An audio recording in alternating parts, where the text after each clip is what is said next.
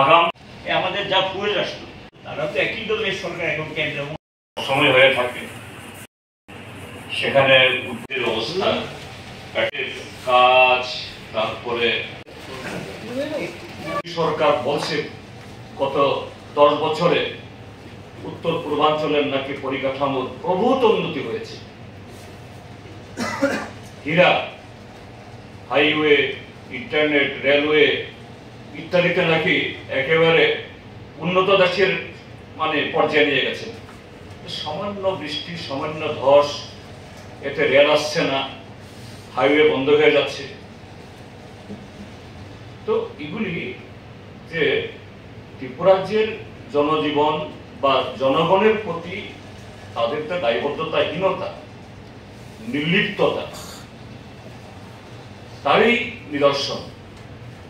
তার প্রতিবাদে আমাদের পার্টি আমরা ঠিক করেছি আগামী 13 তারিখ অর্থাৎ সোমবার থেকে 18 তারিখ শনিবার এক সপ্তাহ ব্যাপী আমরা ত্রিপুরাজ্যের সমস্ত মহকুমাতে গণতান্ত্রিকভাবে শান্তিপূর্ণভাবে সরকারের এই উদাসীনতার বিরুদ্ধে এবং দ্রুত যাতে জনজীবনের এই যে বিপর্যয় এর সুরাহার জন্য প্রশাসনের সমস্ত অঙ্গকে তারা এই সজীব করে, সতেজ করে, সক্রিয় করে, তার জন্য আমরা ডেপুটেশন দেব, কোথাও বিক্ষোভ আমরা করব এবং আগরতলা শহরে 14 তারিখে আমরা আগরতলা শহরে ফেরত করব।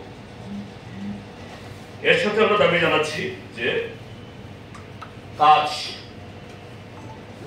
শহরে এবং গ্রামে রেগা এবং 12 উভয়েরই কাজ দিতে হবে এবং সমস্ত বকেয়া মিটিয়ে দিতে হবে। তার সাথে হলো আরেকটা ঘটনা যে আমাদের রাজ্যে কিছু এলাকা আছে ম্যালেরিয়া প্রবণ। এটা হঠাৎ করে এই সরকার আসার পরে হয়েছে, কথা বলবো না আমি। এগুলির জন্য আগাম প্রস্তুতি থাকতে হয়, বিশেষ করে ধলাই জেলা, ছাউনু, গোবিন্দবাড়ি, এদিকে মানিকপুর সব এলাকাতে, হ্যাঁ, এবং ওইদিকে কাঞ্চনপুর একটা এলাকা, এদিকে দক্ষিণেরও অমরপুর কিছু পকেট আছে এই জায়গাতে। তো ইতিমধ্যে মিডিয়াতে রিপোর্ট এসছে গোবিন্দবাড়িতে একজন এই ম্যালেরিয়া আক্রান্ত হয়ে বিনা চিকিৎসায় মারা গেছেন এবং এখন বহু পাড়াতে এরকম ম্যালেরিয়া আস্তে আস্তে ছড়াচ্ছে। এক্ষুনি ব্যাপক প্রাদুর্ভাব হয়েছে, কথা বলবো না, কিন্তু আমাদের বক্তব্য এই জায়গাতে সরকার দ্রুত বর্ষা নামার আগেই যদি এরকম হয়, ম্যালেরিয়ার মৃত্যু শুরু হয়ে যায়, কাজ খাদ্যের অভাব তৈরি হয়ে যায়, রাস্তাঘাট অচল হয়ে যায়, যখন বর্ষা নামবে তখন কি হবে? কাজেই সরকারের এই ক্ষেত্রে তাদের টনক নড়ুক,